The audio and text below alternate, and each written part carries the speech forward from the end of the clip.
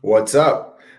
Very quick one today. If you're not already a part of Patreon, be sure to check that out. We're adding some really cool stuff this week, so this week is a good week to definitely join.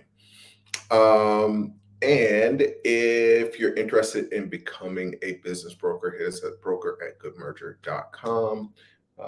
Excited to talk to one of our first potential brokers in Dubai today. Cool. All right, so let's chat over a couple things. Number one, this title. What in the world? Private equity lesson from jail. I was talking just this last couple weeks. It's been crazy. Travel. Been in I guess three different countries, multiple different cities in each country, and someone was asking me like, why in the world do you travel so much? And sometimes it's enjoyable, but sometimes it's just necessary. And I think one of the things that I realized over the years is that nothing could compare to in-person relationships. Number one, I think you have to have just a network of people, and it's the reason I say it's a lesson from jails. I've never been to jail, but I've seen TV shows, and I know people that have gone to jail. And one of the most important things is that you need to have some friends. You need to have really an affiliation. Like if you go to jail and you're like, I'm just going to be this lone ranger. I'm going to do my own thing. I'm not going to have any friends. I don't need anybody. I'm just going to come in here and do my time and get out. Unfortunately, that's just not an option. For if you want to have safety, if you want to have protection, you don't want to have to deal with issues. You need a group of people, and unfortunately, a lot of times that ends up in gangs and that kind of thing. But the cool thing is, in business, we don't have to deal with those headaches. If you're in jail and somebody comes up to you, it's like, hey, so who you feeling with? It's like, oh man, I'm just myself. I'm not dealing with that. I'm gonna do my time and get out of here. That person may be like, great, I'm gonna rape you. We don't have it's not that intense when it comes to private equity, but I am just a very big believer that you have to have relationships.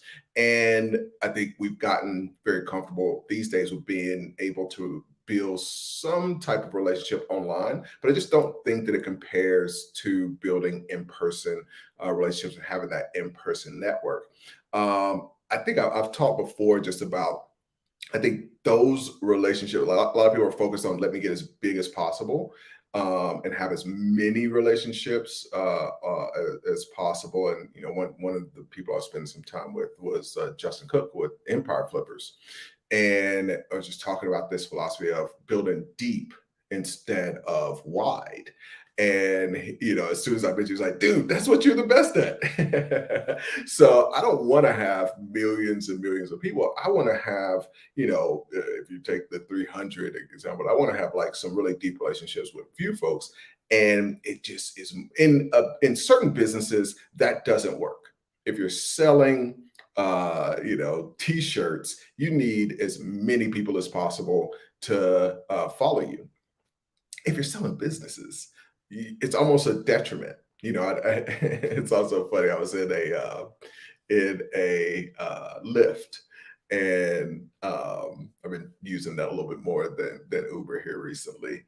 But I was in a Lyft, and she starts talking, and start talking about business and that kind of thing. And she's like, "Man, like with your experience, like you should be doing this and this and this." I'm like, "Yeah, like maybe I can get a little bit of value from a lot of people." But for me, the best thing that I could get is a referral on a $5 million deal, not somebody that buys, another book. Want you to buy the book, new book coming out. Actually, the Patreon gets early access to that.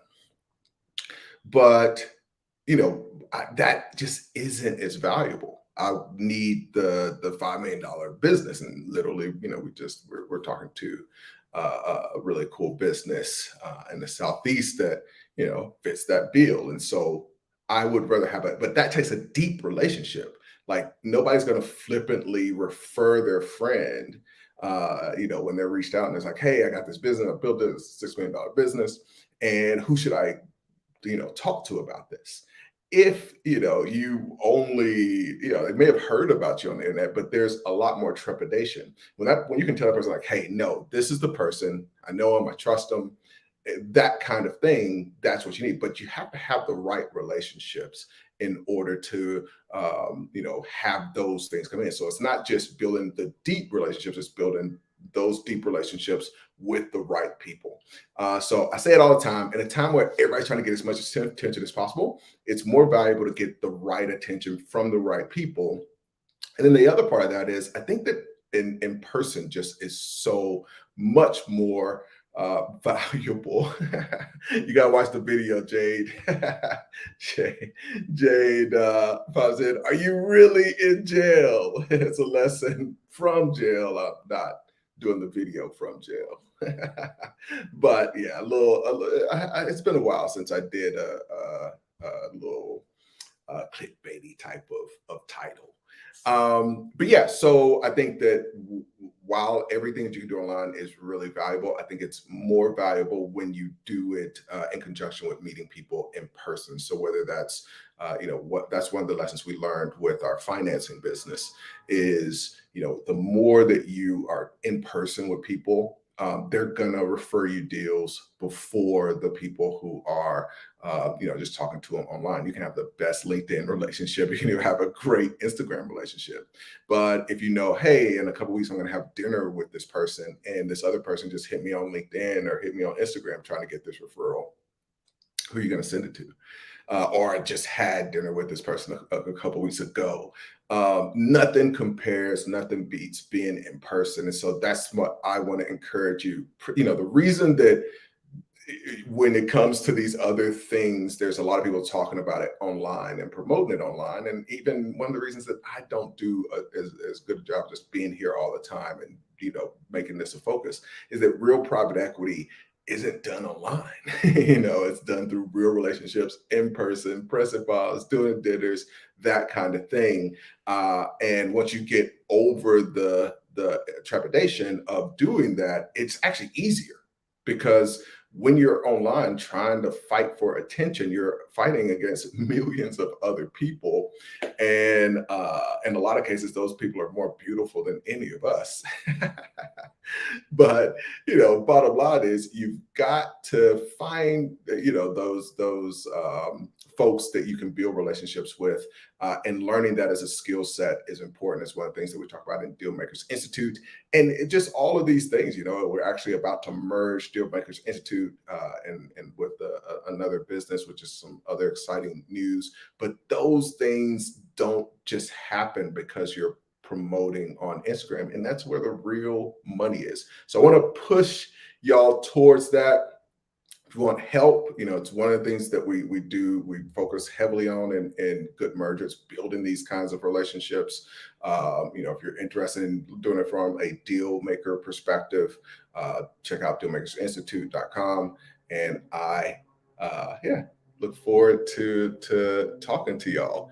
All right, we'll do a couple of these and we'll get out of here. I have been looking for a good business, but I only see what gets posted. How to get more offline deals, looking for 300K to 1 million. So, in the vein of today's video, I think, going to seminars, building relationships with Chamber of Commerce, joining network groups that have those type of people. I'm a big fan of Entrepreneur Source. All of those are really, really great options. And but I would encourage you to do that. Just again, this is a great example that just the very best deals you're not going to get them online. Like, they're closed before they reach online. Like, if a broker even gets an amazing deals at an amazing multiple, why wouldn't he send that to one of his friends at least first, and then maybe all his friends pass on it? But that's what we do. We don't just post everything on Good Merger, and it's not this kind of malicious thing. It's just, if I have a really great deal, number one, I want the owner to get the benefit. I don't want to get a stranger that I don't know how it's going to go with that stranger. I'd rather get them with somebody that I know is going to follow through, all that good stuff. So just every time you look at a deal online, keep in mind that you're the last resort. everybody that they could possibly give that deal to has passed on that deal, and now you're the buyer of last resort. All righty. I am headed out to the gym. Jade, yeah, April Fool's title, 100%. Thanks for popping in, Jade. Uh, Easy Money Mellow, what up, homie? Thanks for popping in. Is it smart to do a is it smarter or better to do an internship? Yeah, like if you're a young person, I 100% agree. That's how you want to do it. Like you can start to build those relationships because it's not like you're going in with a certain expertise or whatever. So you can start to build those relationships as a young person, and you get somebody to take whether it's mentoring. So for me, I didn't have an internship, but I had an amazing mentor that just talk a lot about because he changed my life, which is, Mike who flipped hospitals. But you need that person. You can get that from the right internship, but you want to target it and almost kind of target who you want your mentor to be when you're doing that internship for you younger folks. And it's summertime, summer's coming up. I mean, like every summer you should, it's only one or two things. Either, hey, this summer I'm getting the bag, I'm just like making money and saving it, because saving when you're young is just so powerful for the future. Being able to make a down payment on a business and that kind of thing. Literally my summer jobs gave me the money, just normal summer jobs that I saved up from gave me the money to make a down payment on my first business. So you're either doing one of those two things. You're either doing an internship where you're getting knowledge, connections, and mentorship, or going straight for the bag. And it's just, hey, I'm just hustling all summer. I'm not spending money. I'm saving money and even investing it. And right now is a good time to be investing because the market's lower. The Lux Show, what is up? Hi, Ace. I absolutely love your content. Thank you. I certainly appreciate that, sir. My question is, how do you overcome the objection? I'm not interested in selling my business. You don't. So one of the things that, we always tell folks that reach out to us that are, even when they reach out and they're interested in selling their business, I always tell them, my job isn't to convince you to sell your business now. Because the bottom line is whether they want to sell it's not even like I'm not interested in selling my business. They don't realize it, but I'm not interested in selling my business now is the only thing that they can say, because they don't know what's going to happen tomorrow. We have plenty of people who've had health issues that one day they don't want to sell that comes up. We have plenty of people who, just see a new opportunity on the lighter side of things. Just all kinds of things happen that change. And we know as deal makers and as business brokers, only three things can happen with the business. There are only three things. So either they're going to pass the business down to their kids, it's going to go out of business, or they're going to sell it.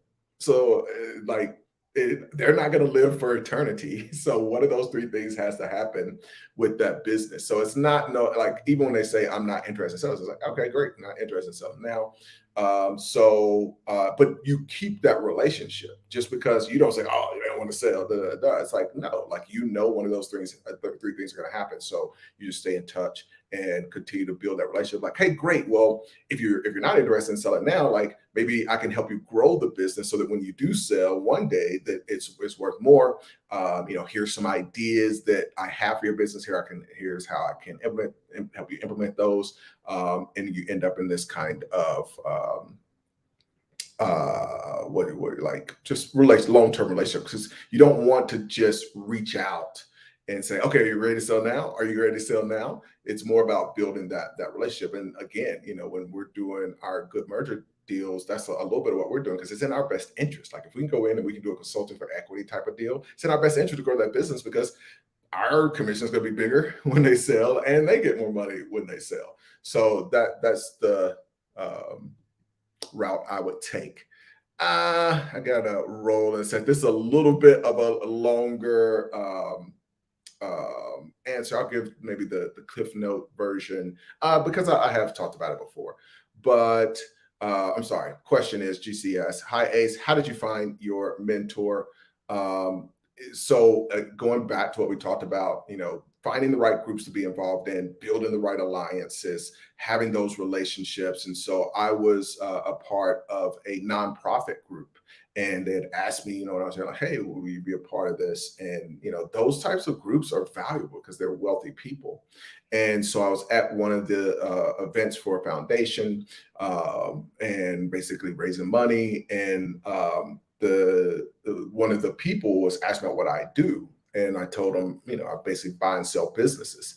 And they were like, oh, that sounds like something that this guy Mike does. I'll introduce you. And so it's total happenstance. It was like, okay, introduce me to Mike. And Mike meets me. Turns out he knew my dad.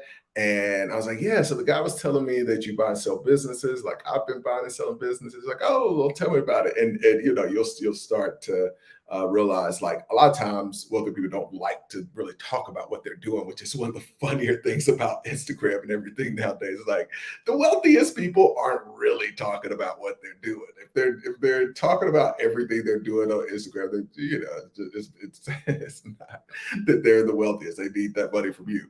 So, I'm like, so tell me about some of the deals you've done. He's like, well, no, but tell me more about this tennis. And I'm like, okay. And so eventually I get it out of him that he's flipped hospitals. And, at that moment, obviously my mind was blown. I didn't even know that was a possibility. And, my job just became like, I have to get this guy to spend time with me. And I literally I got him agreed to spend like basically 2 hours a quarter with me. And we did that for a couple of years. So it wasn't even, you're talking a total of 16 hours, maybe a little bit more, that we spent together. And those 16 hours literally changed my life. So you got to value the time that you get from folks. Muhammad says, thanks for the live, Ace. Greatly appreciate your gems. As always, thanks for popping in. What effects do you think possible relationships? I'm going to do a whole video on that. I'll do a video on that. Z, don't let me forget, because we just went over some of the opportunities that exist with this new recession that's coming upon us on the last Dealmakers call. All right, we'll end with this. The Love Show says, thank you, Ace. You are very welcome. Thank you all for popping in, and hopefully this was a valuable one for you. Feel free to, subscribe if this is content that interests you. Have a great Monday, productive. Let's make some things happen.